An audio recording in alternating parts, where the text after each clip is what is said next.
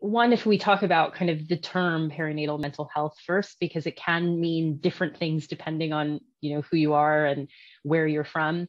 But for the purposes of the Inspire project, we're really focused on the period of pregnancy up to the year after giving birth. And I think this is important for a few reasons. So one is there's been a lot of, over the years, it's not a surprise to anyone. I think anybody who is kind of walking the earth now would know that there has been a lot of global action on trying to reduce teenage pregnancies or adolescent pregnancies. And that's for a lot of really good reasons. So health reasons, social reasons, economic reasons, educational reasons. But what has happened, I think, is that there has then been this lack of support for those girls that do become pregnant. And I think with my own pregnancies and being an expat and having to kind of take care of a newborn and go through things without having my mother nearby and having a lot of the kind of family support networks. I found that it was very difficult. And even for me, I was having children in my 30s. I had a very, strong marriage. I'm, financially secure. I live in a very, good environment. Still really hard and challenging. And it got me thinking that we know now from research that adolescence is a crucial time for mental health throughout the life course.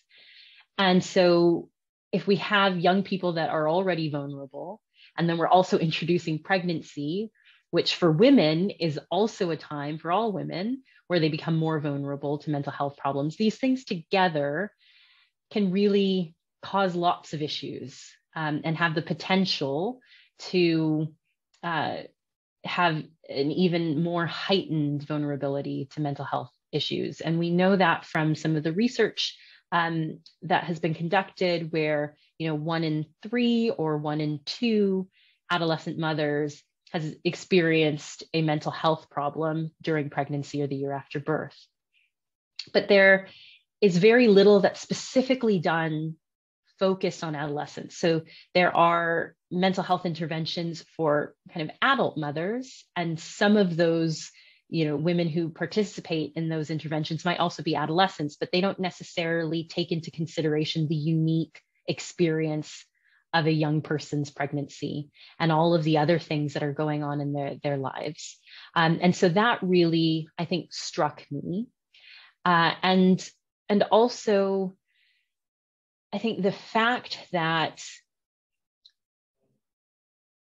although we have made strides in reducing teenage pregnancies and the prevalence rates are coming down, that doesn't necessarily mean that the absolute numbers of young girls who are becoming pregnant and becoming mothers is going down because of the way in which the population is exploding, especially in low and middle income countries where there are higher proportions of young people.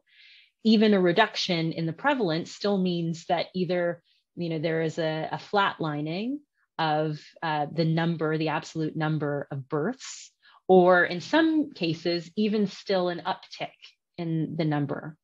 And so to me, it just felt like there were a lot of young girls that were being impacted and that they didn't have anything that was developed, I guess, with scientific research and the academic research behind it, to really think about how you support these girls. And so that just made me feel like there was a bit of a niche in the area, and that was something that I was particularly interested in. And it speaks to, a lot in terms of the funding landscape at the moment, and a lot more kind of interest and funding within adolescent mental health. So it all kind of came together at the right time. But nonetheless, I think even without that, it's fair to say that this is a really important topic, and there's still so much more that we can do for these young girls.